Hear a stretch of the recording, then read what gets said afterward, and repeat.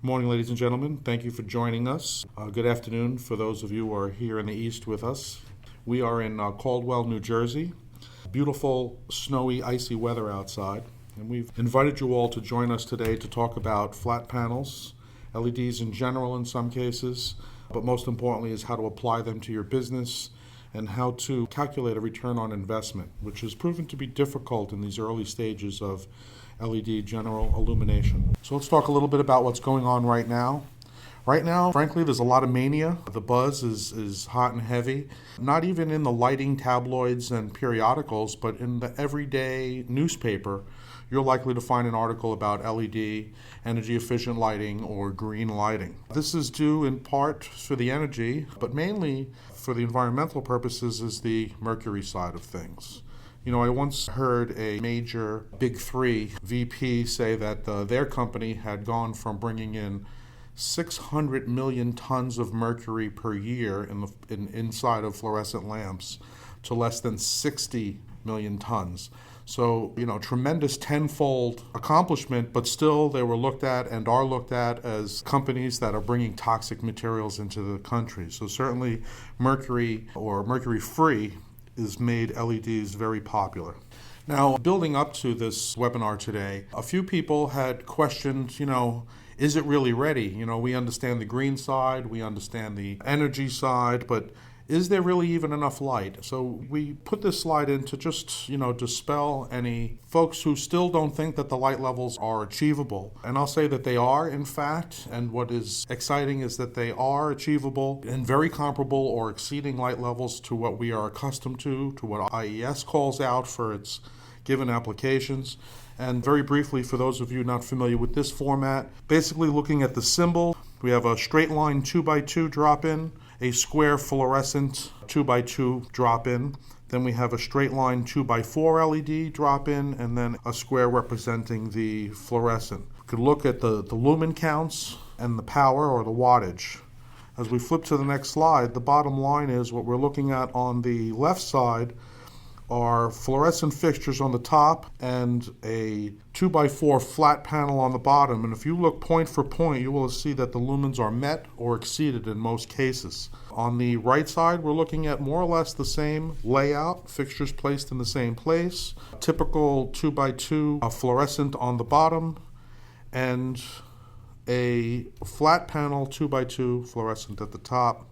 So you'll see again, the lumens are exceeded in, I think, 100% of the cases here. So I want to stress here also that this is using MaxLite's Gen 1 flat panels. We have Gen 2 already in the system and Gen 3 in design, which have higher lumen outputs, lower power consumption, bottom line, higher efficacies. So this is easily achieved and getting brighter. The major point in LED is not just the lighting itself. In my previous slide and previous example, you saw that we're looking at about 60 watts compared to 60 watts, and on the 2x4, we're looking at about 90 watts compared to 90 watts. What we want to share with you today is how to turn more or less a neutral wattage into a return on investment. And I'll state that without even using the obvious maintenance fees, which, those costs vary across the country, from Union, New York City, and Chicago, where, you are paying somebody $30+ an hour to change light bulbs, to other regions in the country where it's paid for by much, much lower wages. So we didn't even calculate that. We're just looking at straight energy.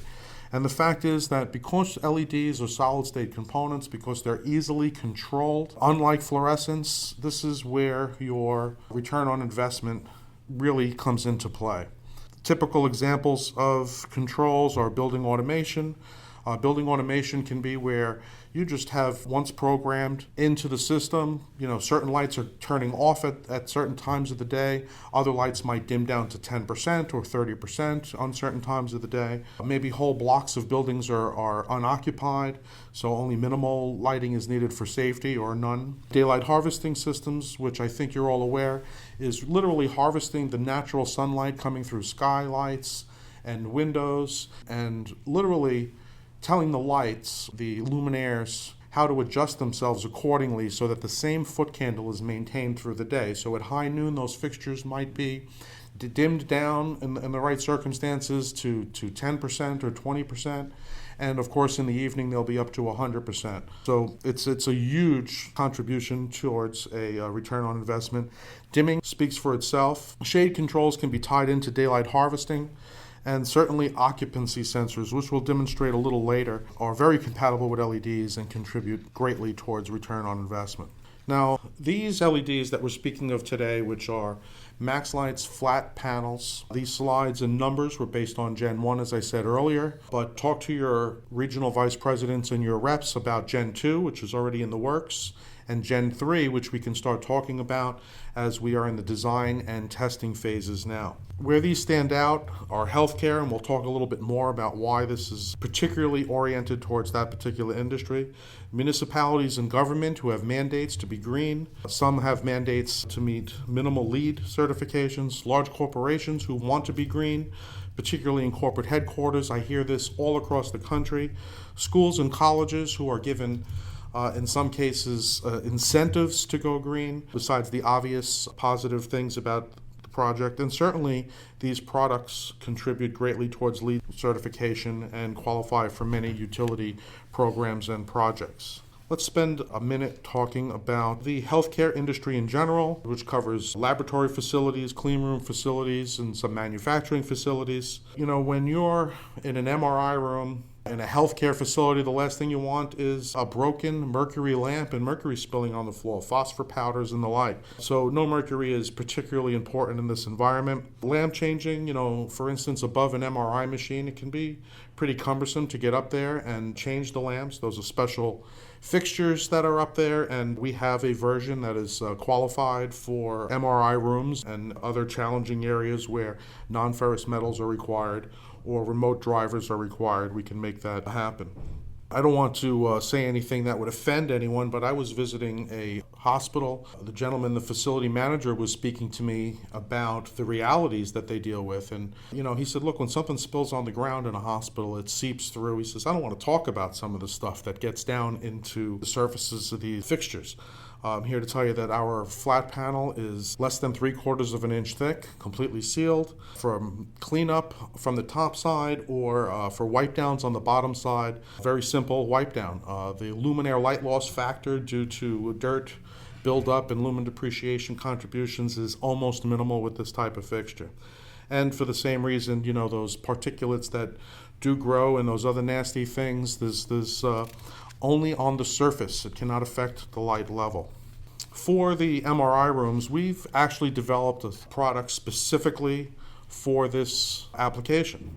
These are fully dimmable. Great positive feature that we learned that's required, or desired, I should say, is dimmability. You have patients who are on their back looking up, and a low glare dimmable fixture can put somebody more at ease than a glare bomb fluorescent fixture that you're laying down looking directly up at. I'm sure you can imagine. So this was really an industry that came to us. We adopted the product for them. It's certainly a target market for all of us. Again, we can meet all the criteria required. Visual acuity, we have to thank David Wyatt for the term. It really does sum up a couple of scenarios. I guess the best way to describe this phenomenon is to talk about, you in your office or your laboratory or your work area, and maybe at one moment you're going to do some computer work, and, dimming it down to 30%, 40% can really take the glare off, ease on the eyes, all the way to the other side where you might be doing detailed, intricate work, and 100% light level, is great. Having the ability to change that literally at your fingertips is an added bonus. And I should mention here that dimming for LEDs are not all created equal.